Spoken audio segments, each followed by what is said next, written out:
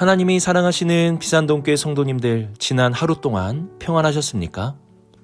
우리는 십자가를 향해 가시는 주님을 바라보며 십자가의 그리스도를 바라볼 수 있어야 합니다. 세상의 영광이 아닌 십자가의 그리스도와 가까워지고 십자가의 그리스도를 믿음으로 살아갈 수 있어야 합니다. 늘 세상 영광이 아닌 십자가를 향해 나아갈 수 있는 우리 모든 성도님들이 되시길 바랍니다. 기도하겠습니다. 사랑의 하나님 아버지, 우리의 눈이 세상의 영광이 아닌 십자가에 달린 그리스도에게 향하게 하옵소서. 십자가만이 우리의 능력이기에 십자가를 바라보는 성도들에게 하늘의 능력으로 더하여 주시옵소서. 오늘도 주님을 바라봅니다. 이 모든 말씀 우리 주 예수 그리스도의 이름으로 기도드립니다. 아멘. 오늘 우리에게 주시는 하나님의 말씀은 누가복음 23장 1절에서 12절까지 말씀입니다. 하나님의 말씀을 함께 읽겠습니다. 무리가 다 일어나 예수를 빌라도에게 끌고 가서 고발하여 이르되, 우리가 이 사람을 보매 우리 백성을 미혹하고 가이사에게 세금 바치는 것을 금하며 자칭 왕 그리스도라 하더이다 하니, 빌라도가 예수께 물어 이르되, 내가 유대인의 왕이냐? 대답하여 이르시되, 내 말이 옳도다.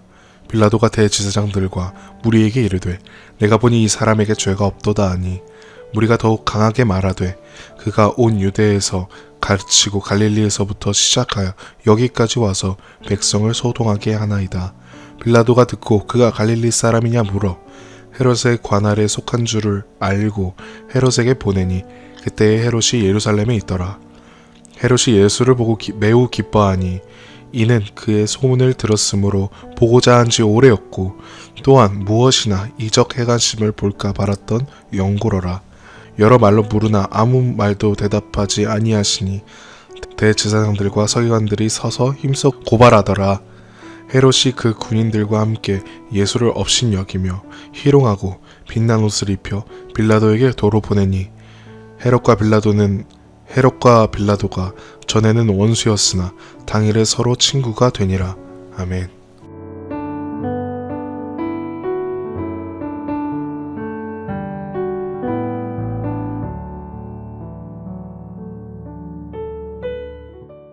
(1절을) 보시면 무리가 다 일어나 예수를 빌라도에게 끌고 갔다고 말씀합니다. 예수님을 빌라도에게 끌고 간 것은 예수님을 십자가에 처형하기 위함입니다. 신성 모독죄로 예수님을 즉시 돌로 쳐 죽일 수도 있었지만, 이들은 예수님을 십자가에 못 박아 죽이려고 하였습니다. 왜 이들은 예수님을 꼭 십자가에 못 박아 죽이려고 한 것일까요? 예수님은 당시에 많은 사람들에게 지지를 받고 있었습니다. 세례 요한이 인정한 그리스도이셨기에 많은 무리가 예수님을 추종하고 따랐습니다. 그래서 이전에 대제사장과 서기관들이 성전에서 예수님을 죽이려고 하였지만 백성들을 두려워하여 죽이지 못하였습니다. 그렇기 때문에 이들은 예수님을 죽이되 백성들이 예수님을 추종하지 않고 죽일 만한 사람을 죽였다는 명분을 가지고 예수님을 죽여야 하였습니다. 그래서 밤새 머리를 싸매며 어떻게 예수님을 죽여야 할까 의논을 한 결과 빌라도에게 예수님을 넘겨 십자가에 못 박아 죽여야 한다는 결론에 이르게 되었습니다. 신명기 21장 23절을 보시면 나무에 달린 자는 하나님께 저주를 받았음이라 라는 말씀이 기록되어 있습니다. 그래서 예수님이 십자가라는 나무에 달리기만 한다면 예수님은 하나님의 아들도 아니고 그리스도도 아니고 의로운 자도 아닌 하나님께 저주를 받았다고 사람들에게 말을 할 수 있게 되는 것입니다. 하지만 십자가에 누군가를 못 박게 한다는 것은 쉬운 일이 아니었습니다. 왜냐하면 그만한 큰 죄를 지어야 십자가에 못 박을 수 있었기 때문입니다. 그래서 이들은 예수님을 십자가에 못 박기 위하여 두 가지 죄를 고발하는데요. 하나는 우리 백성을 미혹하였다는 죄입니다. 이는 당시 거짓 선지자를 향해 하는 말이었는데요. 예수님을 거짓 선지자라고 고발하는 것입니다. 하지만 이 죄목은 사실 로마 입장에서는 그리 큰 죄가 될 수 없었습니다. 즉 십자가에 못 박을 만한 죄는 아니라는 것입니다. 그래서 이들이 생각해낸 죄는 반역죄를 거짓으로 꾸며 예수님을 고발하는 것이었습니다. 2절 중반절을 보시면 이들은 예수님이 황제에게 세금을 바치는 것을 금하였고 자칭 왕이라 하며 로마 황제를 거부하고 있다고 고발하였습니다. 이러한 죄는 당시 로마라는 나라에 저항하고 폭동을 일으키는 것이기에 십자가에 못 박을 수 있는 반역죄였습니다. 하지만 이전에 주님은 가이사의 것은 가이사에게, 하나님의 것은 하나님에게 라는 세금에 대해서 중립적인 의견을 분명하게 말씀하셨습니다. 주님은 세금을 거부하지도 않으셨고 로마 황제를 몰아내려고 하지도 않으셨습니다. 그럼에도 이들은 거짓말로 예수님을 반역자로 꾸며서 십자가에 못 박아 죽이려고 하고 있는 것입니다. 거짓말의 위험성은 죄 없는 자를 죄 있는 자로 만들고 죄 있는 자를 죄 없는 자로 만드는 것입니다. 예수님은 죄가 없으신 분이십니다. 그런데 이들은 거짓말로 예수님을 죄 있는 자로 만들고 있는 것입니다. 거짓말은 죄를 감추고 없는 죄를 만들므로 죄에 대하여 왜곡된 마음을 가지게 하는 것입니다. 거짓말 자체도 큰 문제이지만 거짓말이 큰 죄가 되는 것은 죄에 대한 왜곡된 마음을 가지게 하는 것이기 때문입니다. 성경은 우리의 모든 문제의 근원을 죄라고 밝히 증거합니다. 그 죄를 바로 보고 직시할 때에 문제가 해결될 수 있는 것입니다. 하지만 거짓말은 우리의 죄를 왜곡되게 보게 합니다. 그리고 거짓말 속에 살게 되면 진리이신 예수님을 왜곡되게 볼 수밖에 없습니다. 거짓의 아비인 사탄은 거짓을 통해 죄를 감추고 없는 죄를 드러내며 진리이신 예수님을 바로 보지 못하게 만드는 것입니다. 그러므로 우리는 늘 주님의 말씀 앞에서 그리고 십자가 앞에서 거짓이 아닌 진리 가운데로 걸어갈 수 있도록 힘써야 하는 것입니다. 우리가 거짓 안에 있다면 진리이신 예수님을 바로 보지 못하고 거짓된 마음으로 인하여 죄를 왜곡되게 바라보며 살아갈 수밖에 없게 되는 것입니다.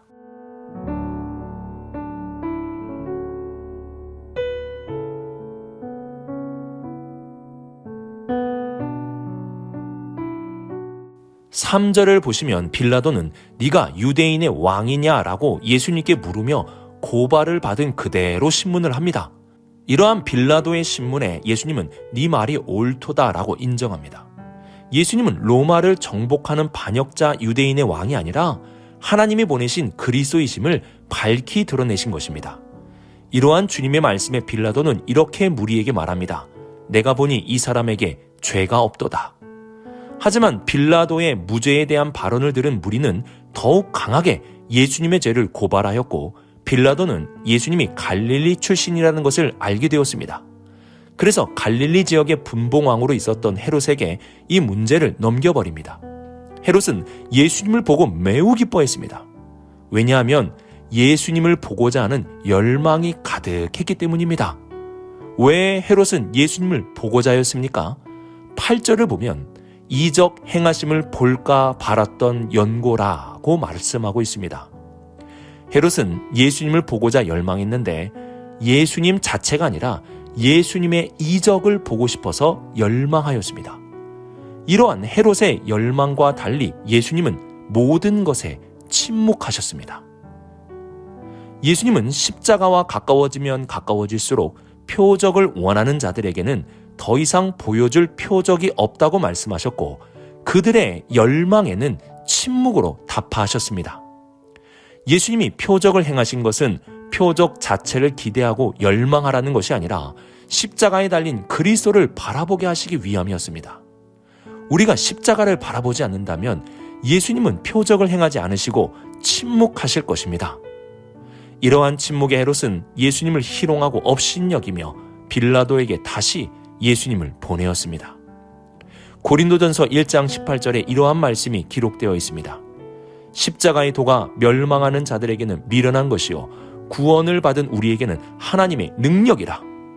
구원을 받은 우리에게 십자가는 능력입니다.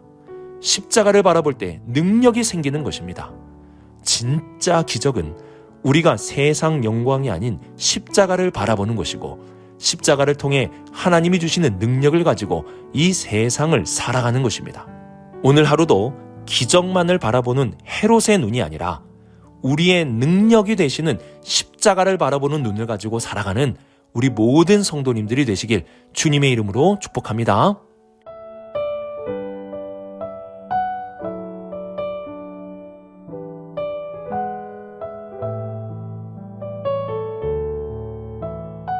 오늘 말씀에서 유대 지도자들은 예수님을 자칭 유대인의 왕이라 라고 고발을 하였고, 이 고발에 대해서 빌라도는 네가 유대인의 왕이냐 라고 하면서 예수님을 신문하였습니다.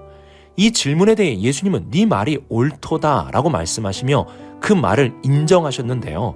그러면 어떠한 결과가 나와야 합니까? 예수님이 유대인의 왕이라는 것을 인정하셨기 때문에 십자가형이 선고가 되어야 하는 것입니다. 그런데 빌라도는 이 말을 듣고 예수님께 죄가 없다고 말하였습니다. 왜 빌라도는 예수님이 죄가 없다는 말을 하였을까요? 정말 예수님이 의롭고 신성하여 죄가 없으신 하나님의 아들이심을 알아보았기 때문일까요? 아닙니다. 빌라도는 무슨 이러한 사람이 유대인의 왕이냐, 이러한 사람이 어떻게 로마를 정복할 수 있는 사람이 될 수 있느냐 하며 예수님을 무시한 것입니다. 예수님이 의롭다라고 인정한 것이 아니라 무슨 이러한 사람이 유대인의 왕이며 로마 황제를 반역하는 자라 할 수 있느냐 하며 예수님을 무시한 것입니다. 그래서 예수님께서 유대인의 왕이라는 것을 인정하셨지만 빌라도는 예수님의 말씀을 무시하고 비웃으며 네가 무슨 유대인의 왕이냐라고 말한 것입니다. 빌라도는 예수님을 의로운 분으로 인정한 것이 아니라 예수님을 무시한 것입니다. 이를 분명하게 보여주는 것이 12절 말씀입니다. 헤롯과 빌라도가 전에는 원수였으나 당일에는 서로 친구가 되니라. 친구라는 말은 뭔가 통하는 것, 공통점이 있다는 것입니다. 헤롯과 빌라도는 서로 이날에 친구가 되었습니다. 헤롯은 예수님에 대해서 여러 말로 신문하였지만 예수님은 침묵하셨습니다. 그리고 11절을 보시면 헤롯이 그 군인들과 함께 예수를 업신여기며 희롱하고 빛난 옷을 입혀 빌라도에게 도로 보냈다고 말씀합니다.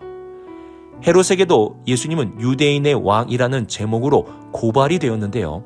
헤롯은 예수님께 빛난 옷을 입혀서 빌라도에게 다시 보내었습니다. 당시 빛난 옷은 높은 자, 고귀한 자들이 입는 옷이었습니다. 그러면 헤롯의 행동은 예수님이 진정한 유대인의 왕임을 인정하는 것일까요? 아닙니다. 헤롯이 빛난 옷을 입힌 것은 예수님을 업신여기며 조롱한 행동입니다. 빌라도와 헤롯 모두 예수님이 그리스도이시며 하나님의 아들이시고 유대인의 진정한 왕이시라는 말을 업신여겼습니다. 그러면 그리스도를 업신여긴다는 것이 무엇입니까? 먼저는 그리스도의 말씀을 믿지 않는 것입니다. 빌라도와 같이 내 말이 옳도다라고 주님이 말씀하셨지만 빌라도는 그 말을 믿지 않았습니다. 우리가 빌라도와 같이 그리스도의 말씀을 업신여긴다면 이는 그리스도를 업신여기게 되는 것입니다. 이와 함께 이적 행하심을 볼까 바라는 것도 그리스도를 업신여기는 것이 됩니다. 어떤 시골교회에서 사역하시는 목사님이 이런 고충을 이야기해 주셨는데요. 시골이다 보니까 버스를 타고 시내에 나가는 것과 병원에 나가는 것이 많이 어려웠다고 합니다. 그래서 목사님이 섬기는 마음으로 차량 운행을 해주셨는데요.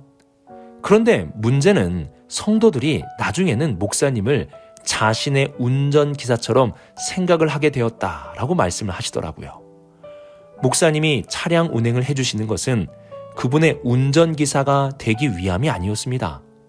이러한 섬김을 통해 조금이라도 말씀을 더 잘 듣고 예수 그리스도의 십자가의 복음을 굳게 하시기 위함이었습니다. 그런데 그 섬김을 보고 목사님을 운전기사로 여기는 것입니다. 예수님이 기적을 행하신 것은 기적 베푸는 자로 이 땅에 오신 것이 아닙니다. 예수님이 기적을 베푸신 것은 예수님의 말씀을 더 잘 듣고 십자가의 주님을 더 굳게 믿도록 하기 위함이었습니다. 하지만 헤롯은 지금 예수님을 이적 베푸는 자로만 여기고 있습니다. 그냥 운전기사로만 보는 것입니다. 예수님이 우리에게 기적을 베풀어 주시고 기도에 응답해 주시는 것은 주님의 말씀을 더 잘 듣고 십자가의 주님을 더욱 굳게 믿도록 해주시기 위함입니다. 우리 그동안 주님이 베풀어 주신 일들을 한번 묵상해 볼 수 있기를 바랍니다. 우리는 큰 놀라운 기적들을 통해서 주님의 말씀을 더 잘 듣고 사모하며 굳건한 믿음을 가지고 살고 있습니까? 아니면 주님을 업신여기며 또 다른 기적만을 바라보며 살아가고 있습니까? 주님의 말씀을 믿지 않는 빌라도, 주님께 이적만을 바라보는 헤롯, 이 두 사람 모두 주님을 업신여기고 있었습니다. 오늘의 말씀을 묵상하면서 우리 거짓에 치우치지 말고 십자가의 능력을 바라보며 주님을 업신여기는 것이 아니라 더욱 존중하며 경배하며 살아가는 우리 모든 성도님들이 될 수 있기를 주님의 이름으로 축복합니다. 기도하겠습니다. 사랑의 하나님 아버지, 우리가 거짓말하지 않도록 우리의 마음에 우리의 입술을 붙들어 주시옵소서. 없는 죄를 만들거나 있는 죄를 감추는 그러한 죄를 범하지 않게 하옵소서. 오직 십자가 앞에서 진실된 삶을 살아가는 우리 모두가 되게 하옵소서. 하나님, 오늘도 우리에게는 힘이 필요합니다. 주님, 십자가에서 힘을 주시고 능력을 더하여 주옵소서. 우리의 삶에 주님을 업신여기는 것이 아니라 주님을 더욱 공경함과 경배함이 있게 하옵시고 주님의 말씀 안에서 굳건한 믿음으로 살아가는 우리 모두가 되게 하여 주옵소서. 이 모든 말씀 하나님의 아들 우리 주 예수 그리스도의 이름으로 기도드립니다. 아멘.